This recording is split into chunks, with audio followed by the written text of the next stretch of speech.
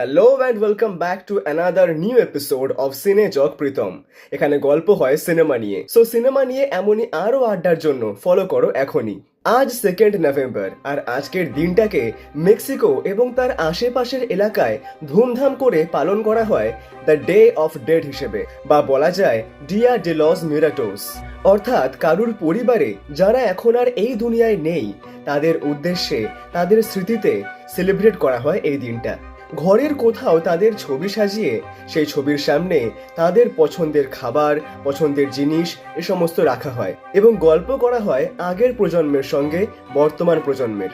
তারা বিশ্বাস করেন যে এই বিশেষ দিনটিতে অর্থাৎ দ্য ডে অফ ডেডে ইহলোক আর পরলোকের দরজা খুলে যায় এবং আজকের দিনে বিদেহী আত্মারা দেখা করতে আসেন তাদের পরিবারের সঙ্গে। আর তাই দুঃখ না পেয়ে বরং আনন্দের সঙ্গেই উদযাপন করা হয় আজকের এই দিনটা।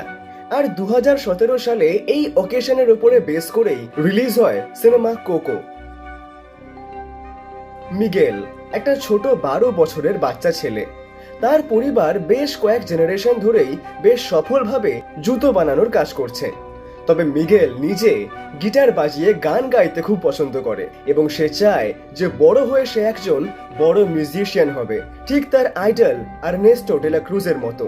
কিন্তু তার পরিবার অতীতে ঘটা কোনো এক ঘটনার কারণে আজও মিউজিক কিংবা গান গাওয়াকে অভিশপ্ত মনে করে। এমনকি যদি পরিবারের কেউ গান গাইতে বা কোনো মিউজিক ইনস্ট্রুমেন্ট প্লে করতে ভালোবাসে, বাকিরা এতে রাগ করে এবং ভয় পায়। আর ঠিক এই কারণে মিগেলের পরিবার মিগেলকেও আটকায় যেন সে গানের দিকে একদম না যায়। তবে নিজের স্বপ্নের জন্য খুব জেদ নিয়ে এগিয়ে যায় যারা, তাদেরকে কেই বা কবে আটকাতে পেরেছে? তাই এমনই একটা দ্য ডে অফ ডেডের দিনে নিজেকে প্রমাণ করার খিদে মিগেলকে পৌঁছে দেয় ঘটনাক্রমে দ্য ল্যান্ড অফ ডেডে, অর্থাৎ মৃত আত্মাদের দুনিয়ায়। আর সেখানে গিয়েই গল্পের সঙ্গে আস্তে আস্তে খুলতে থাকে সমস্ত অতীতের রহস্যের জট।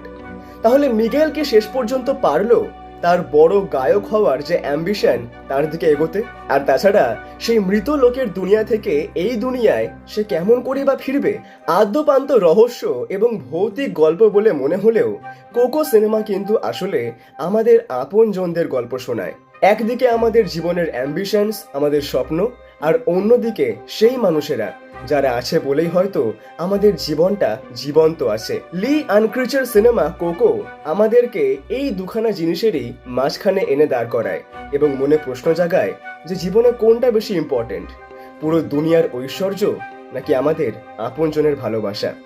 সিনেমাটা জিও হটস্টারে অ্যাভেলেবেল, ইংলিশ এবং হিন্দি দুখানা ল্যাঙ্গুয়েজেই আছে। সিনেমা নিয়ে এমনই আরো আড্ডা আর গল্পের জন্য সাবস্ক্রাইব অ্যান্ড ফলো করো সিনে জক প্রীতমকে। C you soon.